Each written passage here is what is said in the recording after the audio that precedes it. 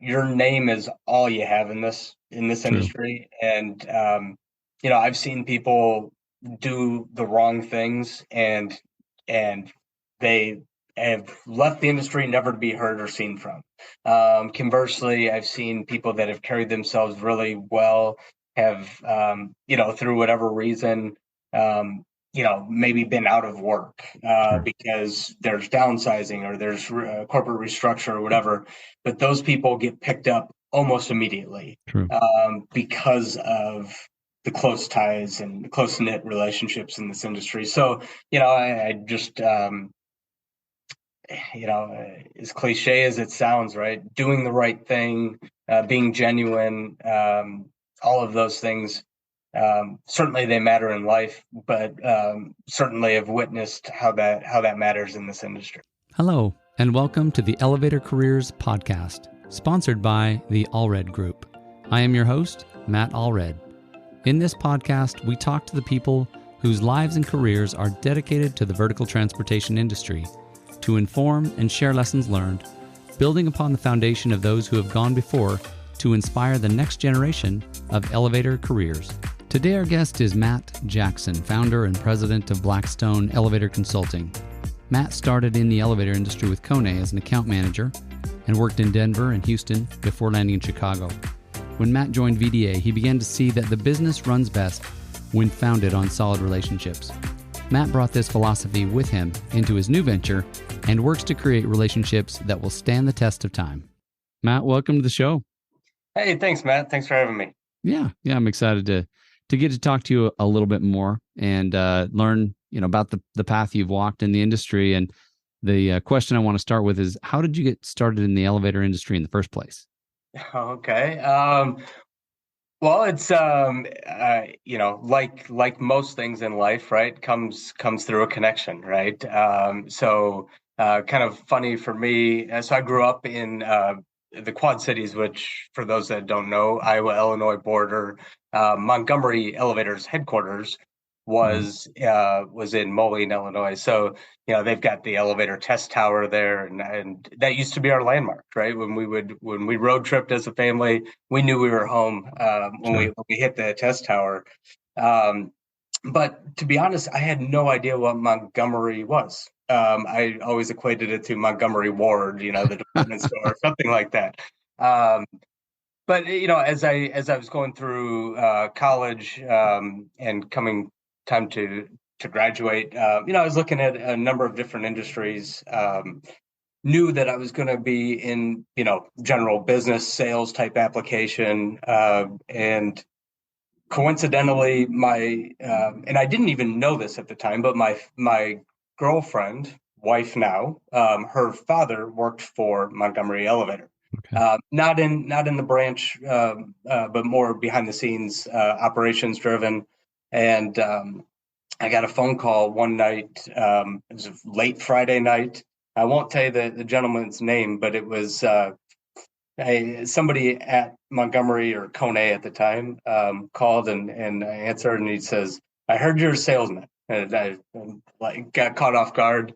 And so conversation progressed, and next thing you know, I'm meeting him in his office Sunday morning. Had a job offer Monday morning, and the rest is history. But I will tell you, I was always hesitant to share that story for so long because I didn't want somebody to think that I was put in a position because of a relationship.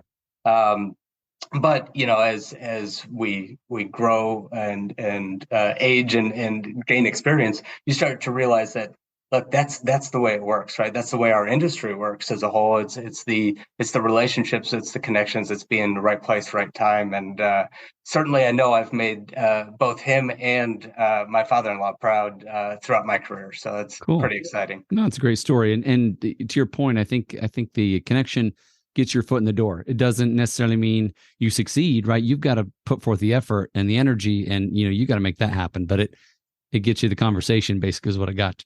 Yep, you got it. You got it.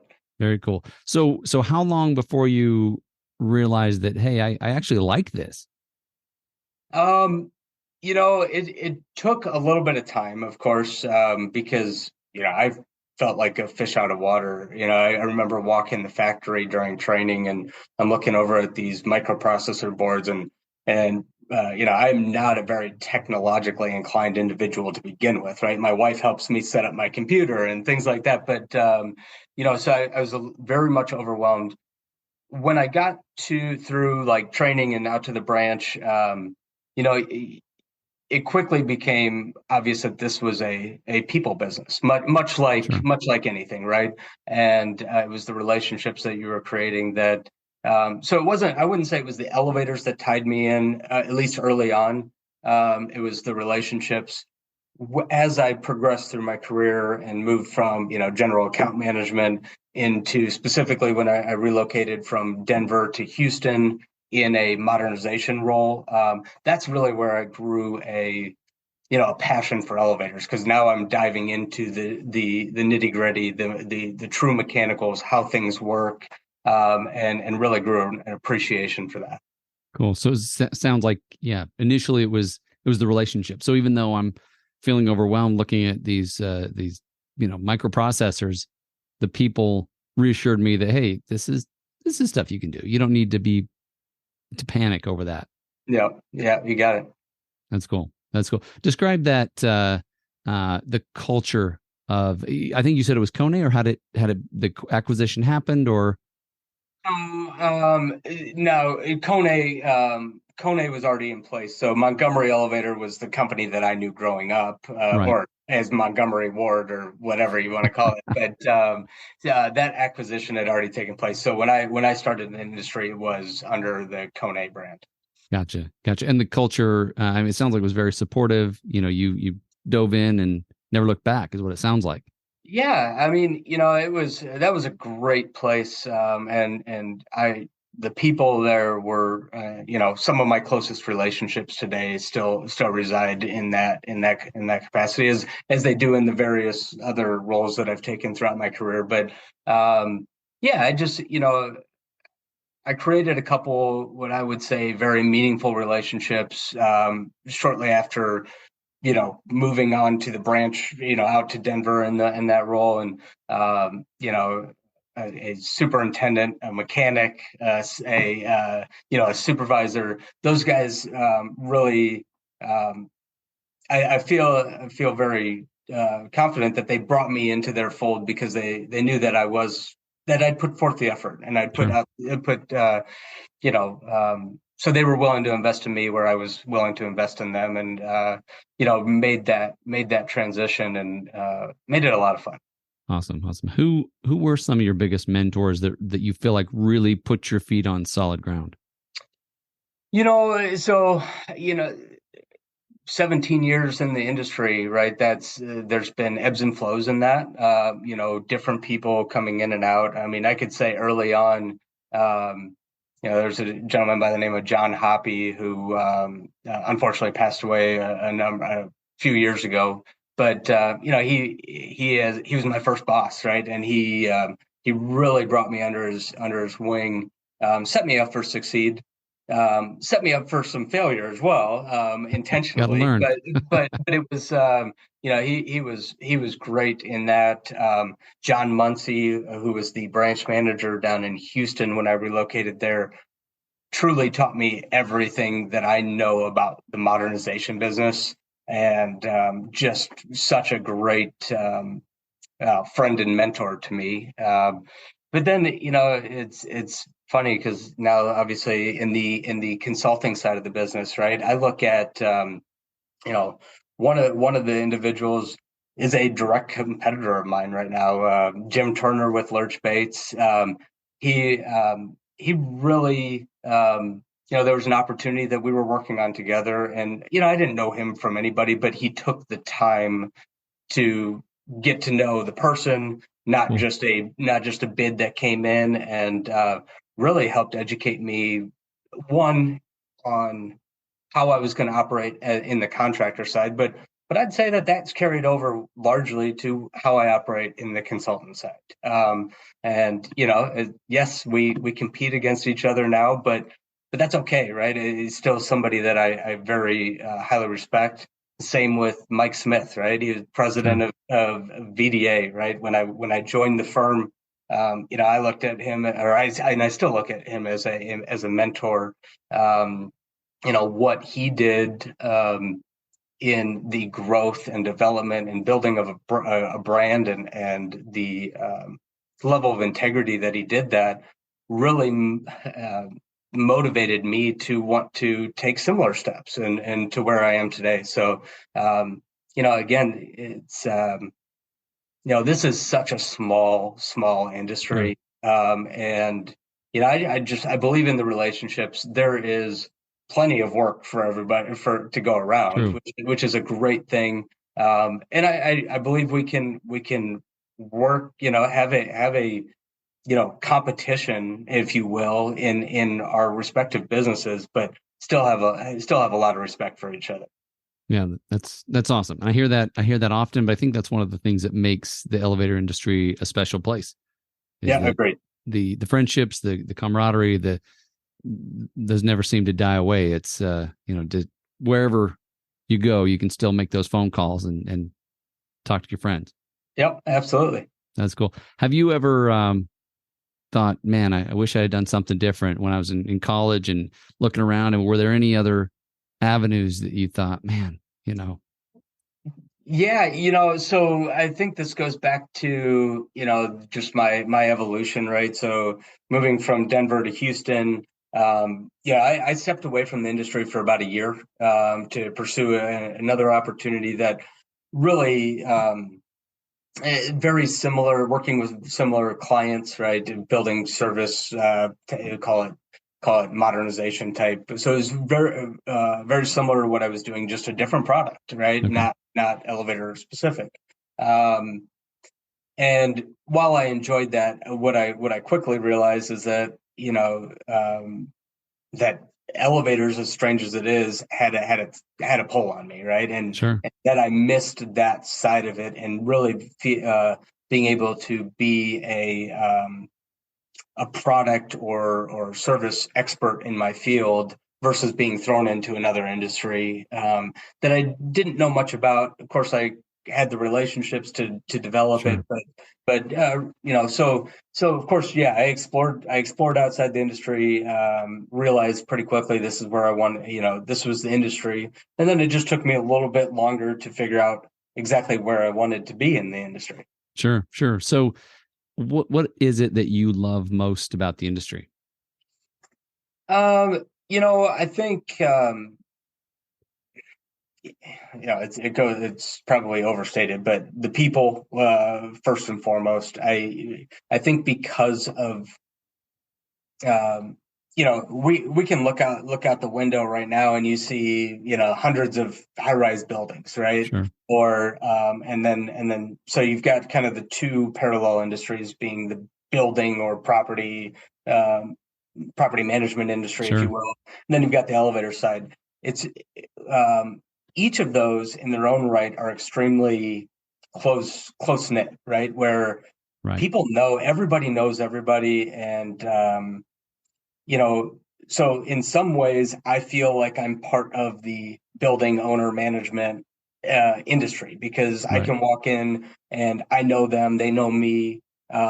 We can have productive conversations, both personal and professional. Same way as within the actual elevator side. So I think that's probably the biggest draw, and I'm certainly there's other industries that have same opportunities. But for me, this has been a great fit. The other side is, particularly with where I am now, um, the enjoyment that I get of helping a client or even a contractor to help deliver something exceptional for our shared client or stakeholders. It's just really exciting, especially when you start talking about building a new building or redevelopment or modernization. There's something tangible that comes from that is pretty exciting to be a part of. yeah, yeah. So you mentioned what you're doing now. Tell me a little bit about um, you know Blackstone Consulting, right? That you've started. When did you go live with that?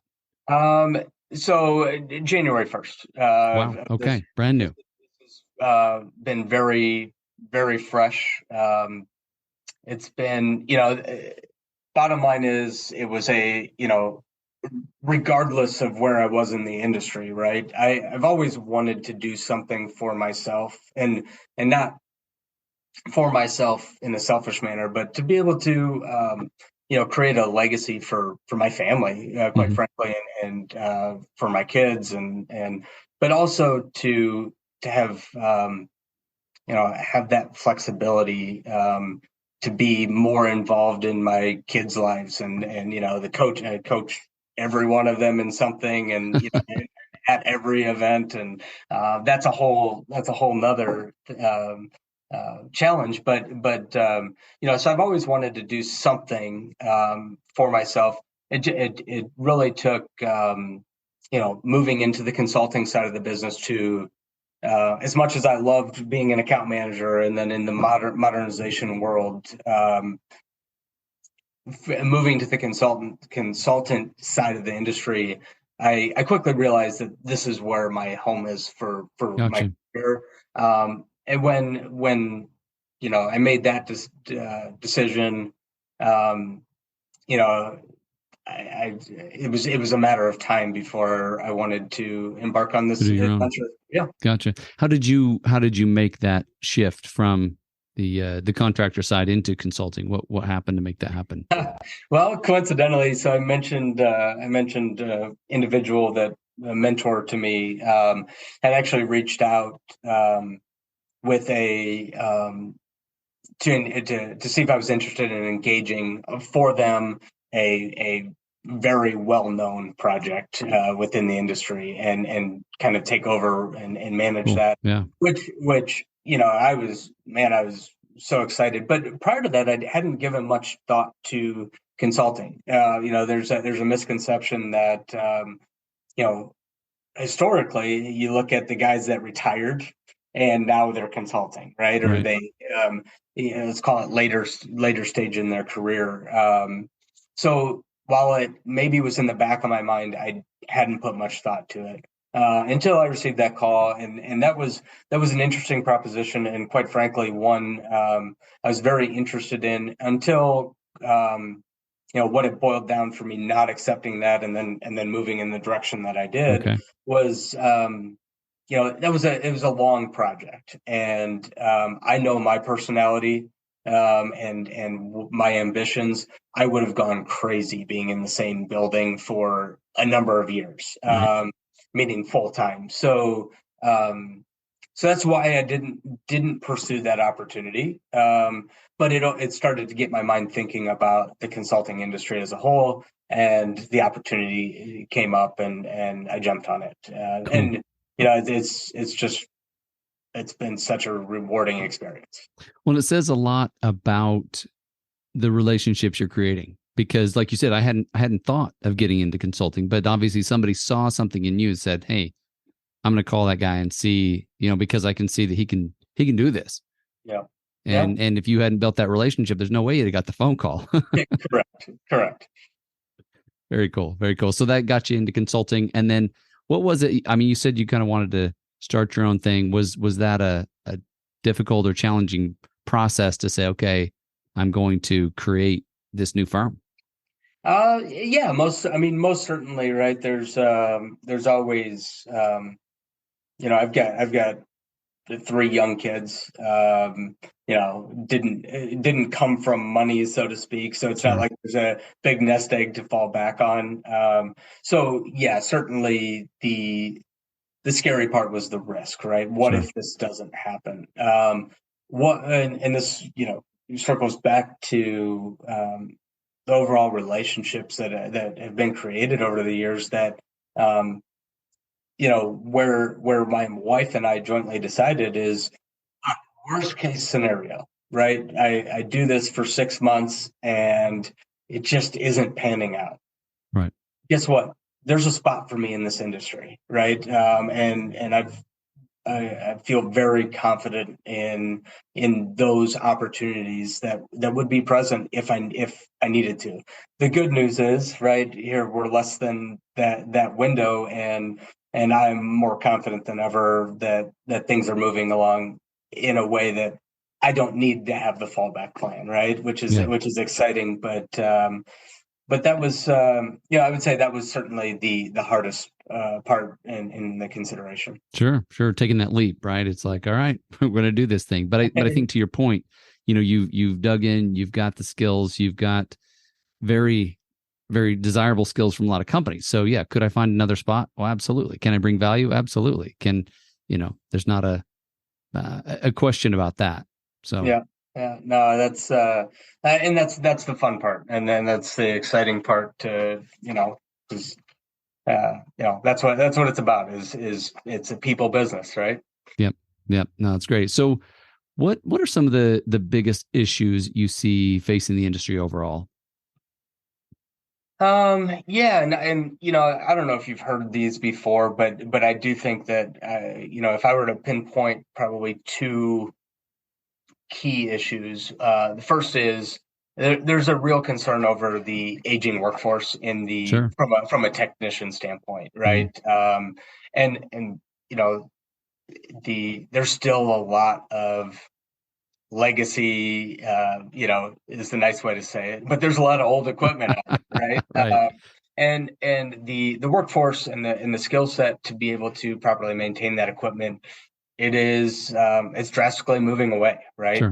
Which is forcing certain buildings to modernize premature, Sure. to where they otherwise would have, right? And you wouldn't have thought that would have to be a consideration, but it really is, and it's one of the things that we talk to our clients about all the time, and we engage in the dialogue with the contractors all the time about that concern and how they're trying to mitigate that.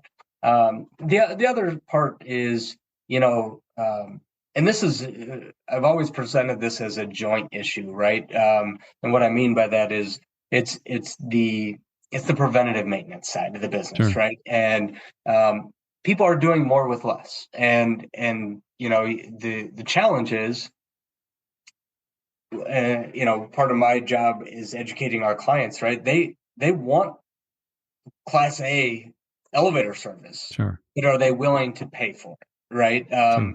If you look historically throughout our industry, right? I remember when I started, you'd go find a 20-year-old service contract for one hydraulic elevator. And, it was, I mean, in 1980, they were charging $200 a month to maintain that piece of equipment. Today, well, that same piece of equipment is probably being maintained for $150 a month, right? And Wow. it's not like our labor force is, I mean, Well, wages costs have gone up, right? have doubled, tripled, gone. So it's a real education that needs to take place, and I feel like we play a big role in that, in educating our clients on, hey, look, we want to provide you optimal performance, right?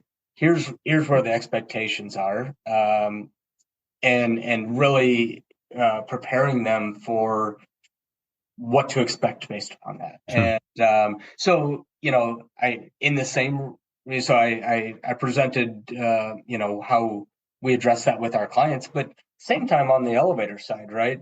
You still have, I mean, look, if they can't afford to maintain the equipment and meet the requirements of the specification for X, then don't price it at X, Sure. right? Good point. So it's really it's a real challenge, because it's not going to get any better the way it is, right? And how does that happen, right? We have to hold the elevator contractors accountable to the agreements that they agree to, Sure. and where appropriate, renegotiate those to make sure that they're doing what they say they're going to do. So there's ways through that, but that does not change overnight, right? No, absolutely. We review contracts that are 20 years old, and so and a year old. So it's really trying to find that balance.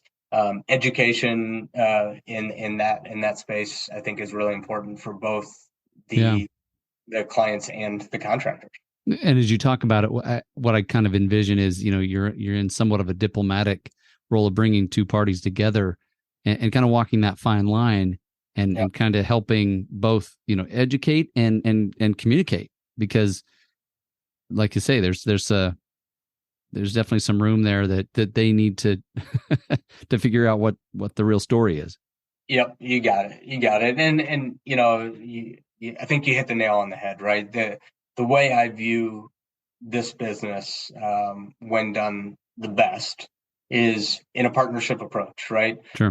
There's no certainly there's times when we have to be strict or stern and assess penalties and other things where it's appropriate. But Sure. that's not what our goal is. Our goal, I firmly believe when our contractor is succeeding, when our manager, property manager, client are succeeding, who at the end of the day, it's their stakeholders that win, right? It's Sure. their tenants, it's their residents, it's whatever.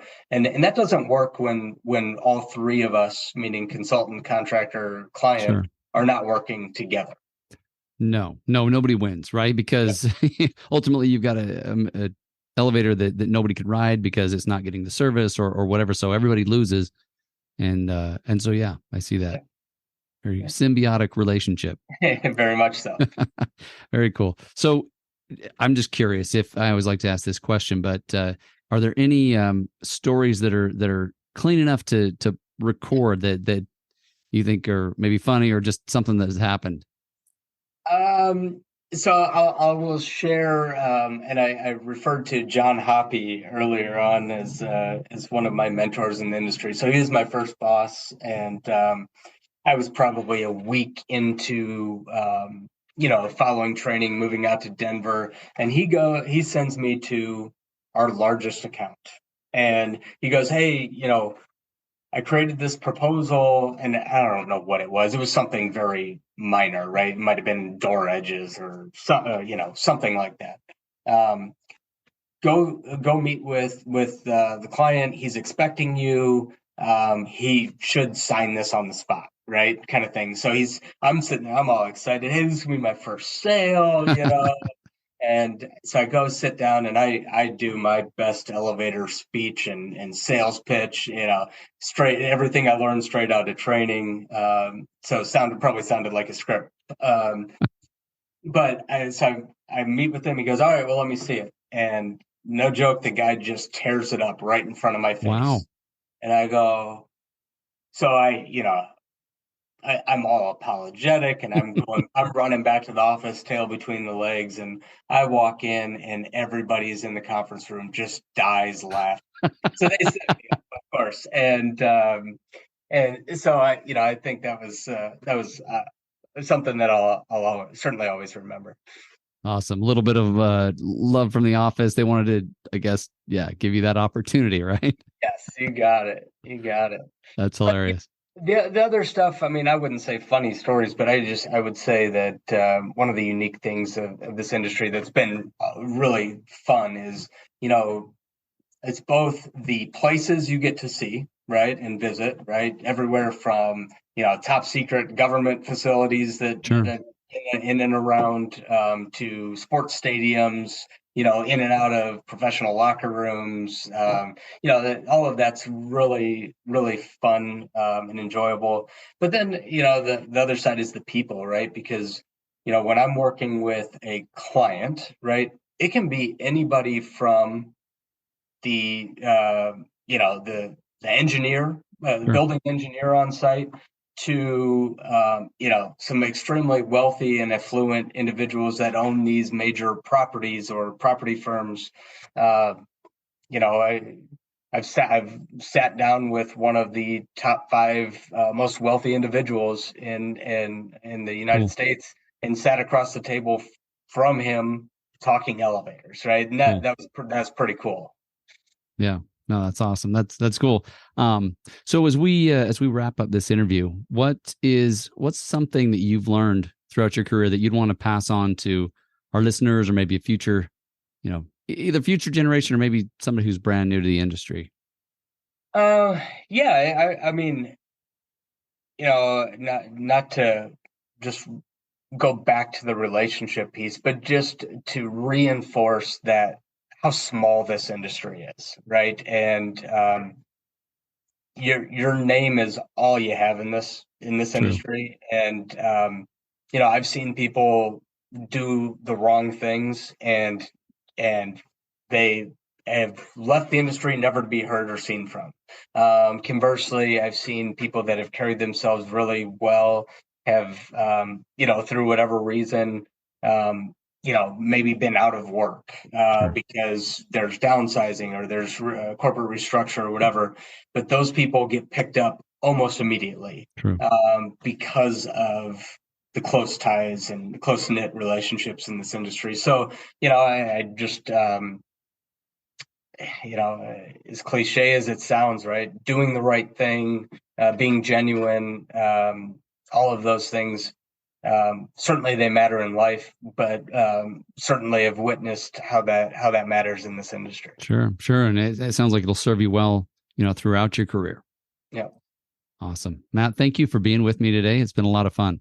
Yeah. Appreciate your time. Thank you. And good luck as you keep building your business. Thanks so much. You bet. Thank you for listening to the Elevator Careers podcast, sponsored by the Allred Group, a leader in elevator industry recruiting. You can check us out online at elevatorcareers.net. Please subscribe, and until next time, stay safe.